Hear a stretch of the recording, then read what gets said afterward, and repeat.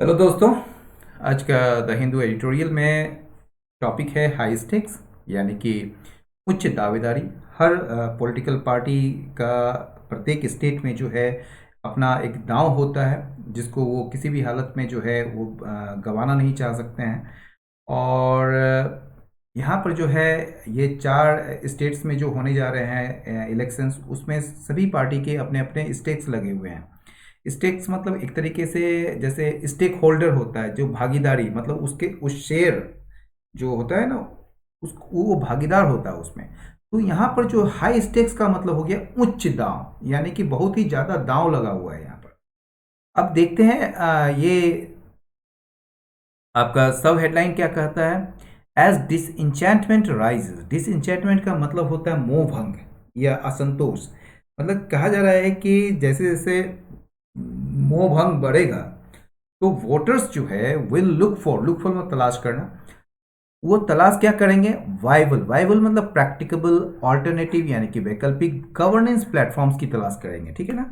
यानी कि एक वैकल्पिक व्यवहारिक गवर्नेंस प्लेटफॉर्म्स की तलाश करेंगे वोटर्स, ज्यों ज्यों मतलब कि डिसइंचेंटमेंट बढ़ेगा। तो मैं हूं आपके साथ अमिताभ आनंद। तो शुरुआत करते हैं।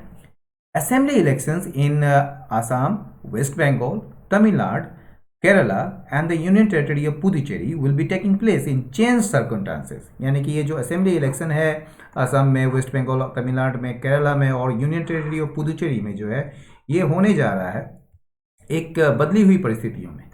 Poles will begin on March 27। Polls जो है वो मतलब कि चुनाव जो है वो शुरू होगा 27 मार्च को, विद द रिजल्ट्स जिसके परिणाम आ जाएंगे मई 2 को, ठीक है।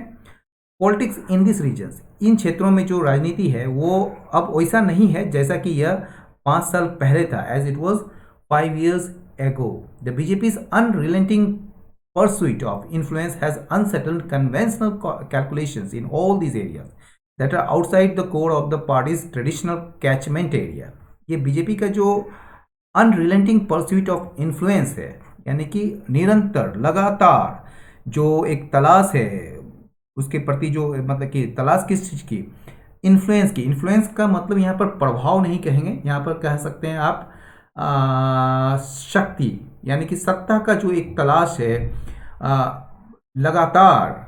उसने क्या किया है, एक अनसेटल्ड कर दिया है, यानी कि पलट दिया है, एक तरीके से चेंज कर दिया है कन्वेंशनल कैलकुलेशंस को, यानी कि परंपरागत जो एक गणना है, ठीक है, जो गिनती करते हैं, कैलकुलेशंस करते हैं, उस चीज को चेंज कर दिया है इन क्षेत्रों में जो क्या है, outside the core of the parties traditional catchment area. यानी कि पार्टी का जो ट्रेडिशनल परंपरागत जो क्षेत्र था उसके मूल में मतलब मूल क्षेत्र जो था पार्टी का, ठीक है ना, उससे बाहर के, ठीक है ना, एरियाज में ये सारे कैलकुलेशंस को, कन्वेंशनल कैलकुलेशन को बदल कर रख दिया है।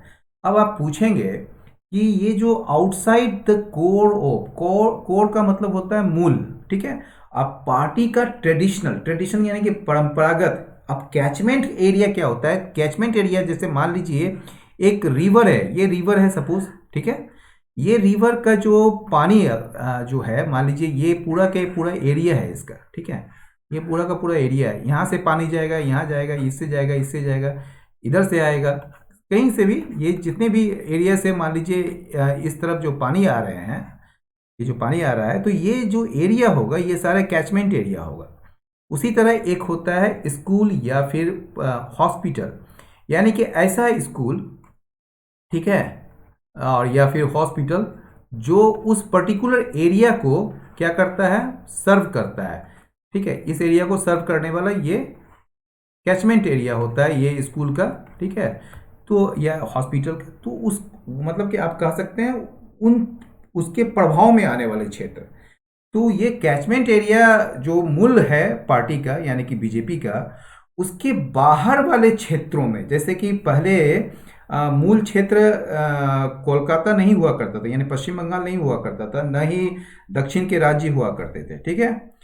लेकिन अब क्या कर रही है बीजेपी, बीजेपी जो है इन क्षेत्रों में जो कि नए हैं इनके लिए, उन क्षेत्रों में एक तरीके से घुसने की कोशिश कर रही है, ठीक है। तो वही चीज़ कह रहा है कि ये जो अनरिलेंटिंग परस्यूट है उसका इन्फ्लुएंस का, यानी कि सत्ता का, उसने अनसेटल्ड कर दिया है कन्वेंशनल कैलकुलेशंस को सारे क्षेत्रों में, जो कि पार्टी के जो मूल परंपरागत जो एरिया है उससे बाहर के क्षेत्र हैं ये। 2016 में क्या हुआ था, out of the 824 seats in the फ्रे का मतलब होता है कंपटीशन, यानी कि जो ये प्रतिस्पर्धा हुई थी, जो चुनाव हुए थे इसके लिए, उसमें 824 सीट में से बीजेपी जो है कितना जीती थी, केवल 64 में इसने जीत हासिल की थी। But it emerge as the ruling party in Assam, लेकिन यह जो है उभरा था रूलिंग पार्टी के रूप में, सत्तारूढ़ पार्टी के रूप में असम में। It hopes to retain power in Assam and win West Bengal, ठीक है ना।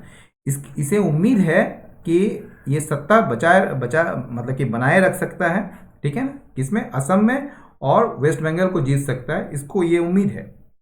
इसके अलावा क्या उम्मीद है, अपना प्रभाव जो है, अपना जो इन्फ्लुएंस है वो क्या करने, विस्तार करने की, कहाँ पर, तमिलनाडु में और केरला में। ये भी उम्मीद है उनको कि हम अपने जो मतलब कि बीजेपी का जो इन्फ्लुएंस है वो एक्सपेंड करेगी तमिलनाडु में एंड केरला में, ठीक है। In 2016 the BJP had one only 3 seats in West Bengal. 2016 में जो है बीजेपी मात्र जो है कितना जीती थी, 3 सीट जीती थी वेस्ट बंगाल में। But it's rise was dramatic, लेकिन इसका जो उदय था वो बड़ा नाटकीय था। कहाँ पर, इन द 2019 लोकसभा इलेक्शन, 2019 के लोकसभा इलेक्शन में बड़ा नाटकीय रूप से ये बढ़ा था, ठीक है। जब इसने जो है जीता था, it one 18 of the 42 seats, यानी कि 42 में से 18 सीट जीता था, एंड 40.64% ऑफ वोट्स, यानी कि वोट्स का पूरे कुल मतदान का ये 40.64% इसने जीता था। The BJP's performance in West Bengal will be the most eagerly watched aspect in this elections, यानी कि बीजेपी का जो प्रदर्शन है वेस्ट बंगाल में वो विल बी द मोस्ट ईगरली, सबसे उत्सुकता पूर्वक देखे जाने वाले पहलू होंगे, ठीक है ना, इन चुनावों में, ठीक है। The significant strength of Muslim voters in West Bengal, ये जो एक अच्छा खासा जो स्ट्रेंथ है, ठीक है, या मजबूती है मुस्लिम वोटर्स की, मतलब कि उसका एक जो संख्या है, मुस्लिम वोटर्स की संख्या बहुत ही ज़्यादा है वहाँ पर, ठीक है। तो एक सिग्निफिकेंट स्ट्रेंथ है मुस्लिम वोटर्स का, कहाँ पर, वेस्ट बंगाल में। ये प्राय क्या साइटेड किया जाता है, साइटेड मतलब हवाला दिया जाता है या उसके बारे में कहा जाता है एक डेमोग्राफिक बैरियर के रूप में, यानी कि ये हिंदू नेशनलिस्ट पार्टी जो कि बीजेपी है उसके लिए ये एक डेमोग्राफिक बैरियर के रूप में, यानी कि अड़चन। डेमोग्राफिक क्या होता है, जनसांख्यिकीय, यानी कि जिसके थ्रू जो है आप उस क्षेत्र के जितने भी लोगों की संख्या है, उसके एज, उसके सेक्स, ये सब को गिनते हुए, इस सब को काउंट करते हुए जो आप डेमोग्राफिक जो एक फिगर निकालते हैं उसको कहा जाता है डेमोग्राफी, ठीक है। तो ये जो डेमोग्राफिक बैरियर है, जो किसके रूप में, मुस्लिम वोटर्स, जो कि अच्छा खासा है वहाँ पर, सिग्निफिकेंट स्ट्रेंथ है मुस्लिम वोटर्स का वेस्ट बंगाल में, यह प्राय इसे मतलब कि इसका हवाला दिया जाता है एक डेमोग्राफिक बैरियर के रूप में, एक डेमोग्राफिक अड़चन के रूप में, जनसांख्यिकीय अड़चन के रूप में हिंदू नेशनलिस्ट पार्टी के लिए। लेकिन फिर यहाँ देखिए, कॉम्युनल पॉलिटिक्स वर्क्स बेस्ट, लेकिन सांप्रदायिक जो राजनीति है वो बेहतरीन तरीके से काम करता है इन क्षेत्रों में जहाँ पर माइनॉरिटीज़ जो है एकजुट हो जाते हैं इन सिग्निफिकेंट प्रोपोर्शंस, मतलब अच्छे खासे अनुपात में जहाँ पर माइनॉरिटीज़ एकजुट हो जाते हैं, तो वहाँ पर जो है कॉम्युनल पॉलिटिक्स जो है वो बेहतरीन तरीके से काम करता है। Assam and Kerala too have minority populations, Assam और केरला में भी माइनॉरिटी पॉपुलेशंस हैं that are formidable in elections, जिसे जो है हराया नहीं जा सकता, जिसे जो फॉर्मिडेबल में दुर्जय कह सकते हैं या बहुत ही भयानक कह सकते हैं, मतलब फियरफुल कह सकते हैं, बहुत ही ज़्यादा शक्तिशाली कह सकते हैं इन इलेक्शंस में। एंड देयर आर प्लॉजिबल का मतलब होता है सीमिंग टू बी ट्रू, यानी कि ऐसा लगता है कि सच सही है, ये विश्वसनीय कह सकते हैं, ये मुमकिन कह सकते हैं, ठीक है ना। And there are plausible combination, और ऐसा मतलब कि इसका क्या है, एक मुमकिन कॉम्बिनेशन है, संयोजन है जो काम कर सकता है, that could work to the BJP advantage, जो बीजेपी के लाभ के लिए जो है वो काम कर सकता है या ठीक है। In Assam the BJP's twin agenda of the CAA and NRC is a double-edged sword। Assam में क्या कहा जा रहा है कि बीजेपी का दो तरफा एजेंडा जो है CAA, ठीक है, और NRC का, ठीक है, ये एक डबल एज सोर्ड है, यानी कि दो धारी तलवार के रूप में ये है, ठीक है ना। दो धारी तलवार क्या होता है कि ये आपके दुश्मनों को भी खात्मा कर सकता है, हो सकता है कि वही तलवार जो है आपको भी नुकसान पहुंचा सकता है, ठीक है। तो दोनों तरफ का जो धार वाला तलवार होता है वो बड़ा गड़बड़ होता है, ठीक है। तो कहा जा रहा है कि बीजेपी का ये ट्विन एजेंडा है CAA का, ठीक है, और NRC का, ये एक डबल एज सोर्ड है, and their electoral potency will be on test. और इसका जो इलेक्ट्रोल पोटेंसी है, यानी कि इसका चुनावी जो शक्ति है, वो परीक्षण में होगा इस बार, मतलब उसकी परीक्षा ली जाएगी। व्हाट विल मैटर मोस्ट, जो सबसे ज़्यादा जो मैटर होगा इस बार, is the level of disenchantment. वो क्या होगा, मोह भंग का जो स्तर होगा रूलिंग पार्टी के साथ, यानी कि रूलिंग पार्टी जो सत्तारूढ़ पार्टी है इन मतलब कि राज्यों में, उसके साथ जो मोह भंग जो है, जो असंतोष है, उसका स्तर जो है वो सबसे ज़्यादा मैटर करने वाली बात होगी। And the alternative governance platform on offer, और जो है ऑफर में दिए जा रहे हैं, यानी कि जो भी उसके खिलाफ लड़ रहे हैं, मतलब कि जो अभी सत्तारूढ़ पार्टी है उसके खिलाफ, मान लीजिए कि अभी जैसे तृणमूल कांग्रेस है वेस्ट बंगाल में, तो उसके खिलाफ जो है बीजेपी लड़ रही है, तो वो जो ऑफर कर रही है मतलब कि ऑल्टरनेटिव गवर्नेंस प्लेटफॉर्म, तो उस ऑफर को जो है लोग कैसे उसको ले रहे हैं, ठीक है। और प्लस क्या है कि एक तो जो एंटी इनकमेंसी फैक्टर होता ही है रूलिंग पार्टीज का, तो वो जो डिसइंचेंटमेंट है, जो असंतोष है, जो मोह भंग है, वो तो बढ़ ही रहा है, और सबसे ज़्यादा मैटर भी यही रखता है यहाँ पर। तो वही चीज़ है कि आप ऑफर भी कर रहे हैं ऑल्टरनेटिव गवर्नेंस प्लेटफॉर्म को, जिसको कि पब्लिक कैसे ले रही है, जनता कैसे ले रही है। और जो दूसरी बात है, जो सबसे महत्वपूर्ण बात है, वो है रूलिंग पार्टीज का जो के साथ जो मोह भंग है, यानी कि उससे जो असंतोष पैदा हुआ है, वो चीज़ सबसे महत्वपूर्ण है अभी। The under performance of the Congress, ये जो सबसे मतलब कि गड़बड़ वाला प्रदर्शन जो है, सबसे बेकार प्रदर्शन जो है कांग्रेस का DMK लेड अलायंस में, यानी कि DMK के नेतृत्व वाले गठबंधन में कांग्रेस का बुरा प्रदर्शन जो है, उसके वजह से क्या हुआ, कॉन्ट्रीब्यूटेड टू का मतलब होता है उसके वजह से, ठीक है ना। उसके वजह से क्या हुआ, कॉन्जिक्यूटिव विक्ट्री हुआ, यानी कि लगातार जीत हासिल हुई किसको, AIADMK को 2016 में, जो कि बड़ा दुर्लभ है, दुर्लभ था तमिलनाडु में। With the passing of Jayalalithaa and M Karunanidhi, यानी कि जयललिता और M करुणानिधि के निधन के साथ द्रविडियन पॉलिटिक्स, जो द्रविड़ का जो राजनीति है, is at the cross out, यानी क्रॉस रोड्स में है, यानी कि एक चौराहे में है। अब इसे पता नहीं है cross road, at the cross roads का मतलब क्या है, बड़ा कंफ्यूजन स्थिति में। आप मान लीजिए किसी चौराहे में और आपको रास्ता नहीं पता है कि किधर जाना है, तो आप बड़ा कंफ्यूज हैं वहाँ पर। तो Dravidian politics is at the cross roads and the BJP is looking for an opening. और बीजेपी जो है वहाँ क्या चाह रही है, अपना खाता खोलना चाह रही है, एक तरीके से वहाँ पर अपने पैठ बनाना चाह रही है। इन केरला में क्या है, LDF जो वहाँ की पार्टी है, वो क्या कर रही है, वो उम्मीद कर रही है कि वो सत्ता को बनाए रखेगी अपना for a second consecutive term, यानी कि दूसरी लगातार कार्यकाल के लिए।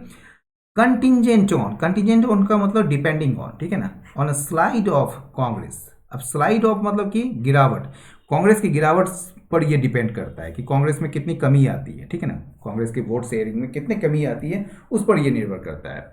स्लाइड का मतलब दोनों समझिएगा, स्लाइड का मतलब गिरना भी होता है और स्लाइड का मतलब फिसलना भी होता है। जैसे आप बच्चा सब देखते हैं कि सॉक्स वगैरह पहन के किसी स्मूथ सरफेस में जो है फिसलते हैं, तो उसको भी स्लाइड करते हैं। जैसे स्लाइड डोर होता है, जैसे आप वो डोर जो है बड़ा इजीली मूविंग जो होता है, उसको भी स्लाइड कहते हैं। तो कंटिजेंट जो है, कंटिजेंट ऑन का मतलब होता है, कंटिजेंट का मतलब होता है ग्रुप, लेकिन कंटिजेंट ऑन जो है वो एडजेक्टिव है और उसका मतलब होता है डिपेंडिंग ऑन। तो ये जो है निर्भर करता है किस पर, कांग्रेस के गिरने पर, या कांग्रेस अगर उसका प्रदर्शन खराब होता है तो सेकेंड कॉन्जिक्यूटिव टर्म के लिए LDF आ सकती है। तो सच सिनेरियो, इस प्रकार का जो दृश्य है, इस प्रकार के जो नज़ारे हैं, वुड ऑल्सो मीन, इसका यह भी मतलब होगा significant gains for the BJP, BJP के लिए अच्छा खासा जीत भी होगा, हो सकता है इसमें, ठीक है ना, यह होगा। अक्रॉस दिस प्लेसेस, इन सारे जगहों में regional parties are in general, जितने भी रीजनल पार्टीज हैं, जैसे एलडीएफ है, जैसे आपका एआईएडीएमके है, डीएमके है, ये सारे रीजनल पार्टीज हैं, ठीक है ना। तो regional parties are in general, मतलब कि सामान्य रूप से जो है, are on the back foot. Back foot मतलब क्या होता है, आप जब बैक फुट में होते हैं तो बड़ा डिफेंसिव होते हैं, ठीक है, और फ्रंट फुट में होते हैं तो बड़ा आक्रामक होते हैं। तो आप किसी कोई भी बॉल को खेल सकते हैं, जैसे क्रिकेट में होता है, लेकिन बैक फुट में कोई भी अच्छा अगर कोई बॉलर है तो बैक फुट में चले जाते हैं मतलब कि बैट्समैन, और वो केवल रोकते हैं उसको, ठीक है। तो यहाँ पर जो है ये इनका इसका मतलब है कि इन सारे जगहों में रीजनल पार्टीज जो है वहाँ पर बैकफुट में है, यानी कि रक्षात्मक मुद्रा में है। In Assam the AGP is reduce to irrelevance. Assam में देखिए एजीपी जो असम गण परिषद जो है वो उसका महत्व जो है बिल्कुल नहीं के बराबर है, मतलब कि वो अप्रासंगिक हो गया है। रिड्यूस टू मतलब वो उसका मतलब कि वहाँ से घट के वो इररिलेवेंस की तरफ चला गया, यानी कि उसकी प्रासंगिकता नहीं रह गई वहाँ पर। एंड न्यू आउटफिट्स, और जो नए संगठन है जिसका जो फोकस है वो बड़ा नैरो है, संकीर्ण है, वो उभरे हैं वहाँ पर। As the BJP raises its stakes, क्योंकि बीजेपी जो है अपना दांव को बढ़ाया है, अपने मतलब कि जो दावेदारी है उसको बढ़ाया है। कंसर्न्स दैट, चिंता जो है कि सेंटर जो है यानी कि केंद्र सरकार जो है might play a partisan role, ये जो है एक पक्षपातपूर्ण रवैया अपनाएगी या भूमिका निभाएगी, ठीक है ना। इन दिस इलेक्शन, इन चुनावों में आर ऑलरेडी हाई, ये कंसर्न्स जो है ये पहले से ही बढ़ा हुआ है। वेस्ट बंगाल सीएम ममता बनर्जी, पश्चिम बंगाल के जो सीएम हैं ममता बनर्जी ने इसे क्या कहा है, has term the phasing out of polls in the state into 8 segments, ठीक है ना। यानी कि स्टेट में, इस राज्य में, पश्चिम बंगाल में जो है चुनाव को फेज आउट करना, यानी कि उसको बांटना 8 चरणों में, ठीक है ना, इसको करार दिया है एक षड्यंत्र के रूप में, एक साजिश के रूप में, उनको अनसीट करने के लिए, मतलब उनको सत्ता से बेदखल करने के लिए। The election commission must scrupulously play its role. Election commission जो चुनाव आयोग है उनको जो है बड़ा, स्क्रपलसली का मतलब होता है मेटिकुलसली, ठीक है ना। तो मेटिकुलसली यानी कि केयरफुली, ठीक है, यानी कि बड़ा सतर्कता से, ठीक है ना, बड़ा ईमानदारी पूर्वक जो है अपनी भूमिका उसको निभानी चाहिए इलेक्शन कमीशन को, एज एन इम्पार्शियल अंपायर, यानी कि एक निष्पक्ष अंपायर के रूप में। There are also disturbing signs, कुछ परेशान करने वाले संकेत भी हैं कि that communal polarisation could be higher, कि ये जो सांप्रदायिक जो ध्रुवीकरण है वो और मतलब कि वो और तेज हो सकता है, पर्टिकुलरली इन आसाम, खास करके आसाम में और वेस्ट बंगाल में। There could be some defining trends emerging from this round of elections, ठीक है ना।